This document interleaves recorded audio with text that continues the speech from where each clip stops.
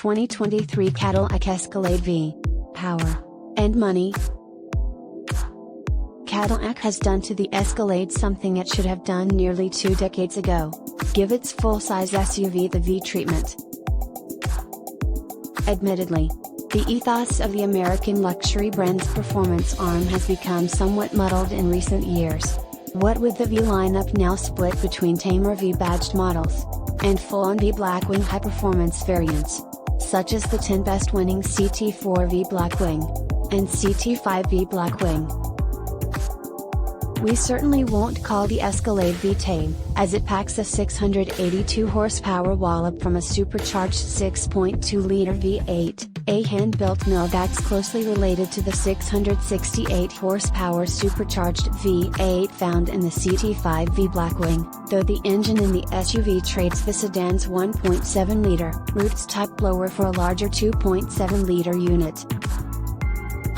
With the help of standard all-wheel drive and a 10-speed automatic transmission, this blown V8 propels the standard wheelbase Escalade V to 60 miles per hour in 4.3 seconds minus 1.7 seconds quicker than a 420 horsepower 2022 Escalade Sport Platinum we tested.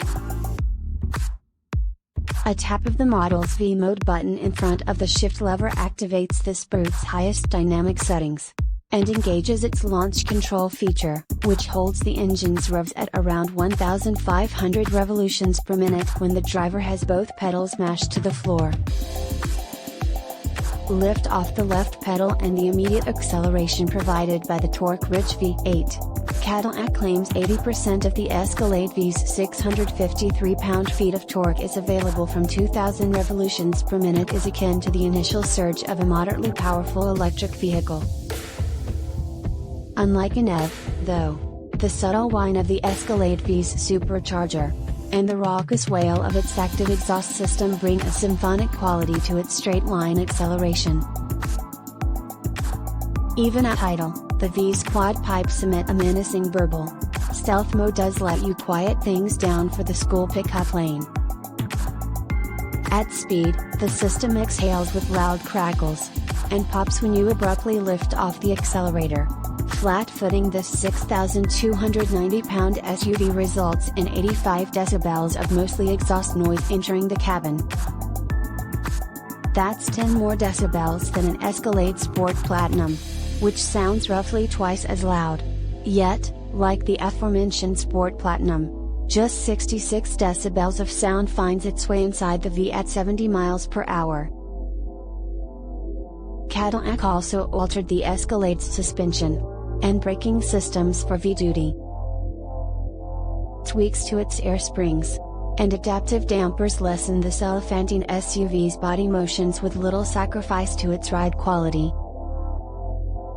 And 6-piston Brembo front brake calipers endow the V with a firmer and more responsive brake pedal. Though the brake pedal of an Escalade V ESV we drove around Arizona struck us as a tad too grabby, the short wheelbase model Cadillac sent to our Ann Arbor, Michigan, office for testing exhibited no such issue. Despite its upgraded binders, the Escalade V test vehicle's 178-foot stopping distance from 70 miles per hour is 4 feet worse than that of an Escalade Sport Platinum. Blame the V's 192 pounds of additional mass and its 22-inch Bridgestone Lens AS02 all-season tires. It's the same rubber Cadillac fits to all Escalades, and the sole setup offered on the Escalade V. But the V's brakes remain more consistent during testing, resisting fade, and with no brake overheating warnings popping up as has happened when testing lesser Escalades.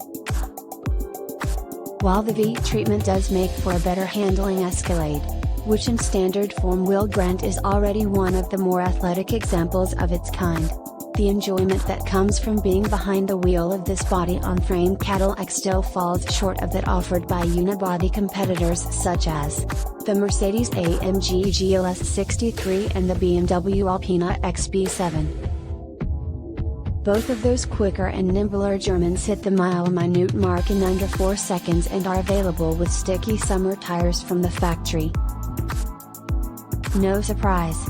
The Escalade V's 0.69 grams of cornering stick around our skid pad fell far short of the two German S.U.V. 0.92 gram runs. The V is held back by an overly intrusive stability control system that pours salt into the Caddy's lateral performance wound, just like all of General Motors' full-size SUVs. Then again, Cadillac is not pushing the Escalade V as an SUV alternative to its sports sedans. Given that most high-performance SUVs spend far more time driving around town than tearing up twisty roads, the brand's decision to temper the Escalade V's peak handling prowess with a comfortable ride and 3-season tires seems like a smart move for the real world. However, this approach does limit the appeal of the $151,490 Escalade V.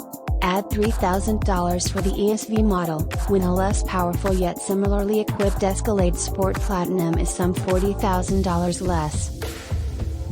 Like all new Cadillacs, as well as Buicks and GMCs, the Escalade V includes 3 years of GM's OnStar and Connected Services Premium Plan, a forced feature that adds $1,500 to the base price.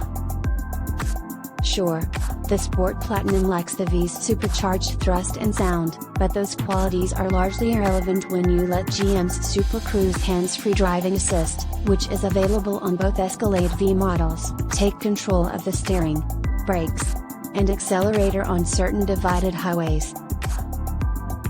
Nor does the Escalade V's styling relay its greater potency, as its model-specific bumpers, wheels, badges, and red-painted brake calipers fail to make it look notably different from other Escalade models. It's taken Cadillac nearly 20 years to give the Escalade the V treatment. Let's hope the brand doesn't need as much time to produce an additional variant, or two, that both looks and feels as over the top as the 682 horsepower V8 under the Escalade V's hood.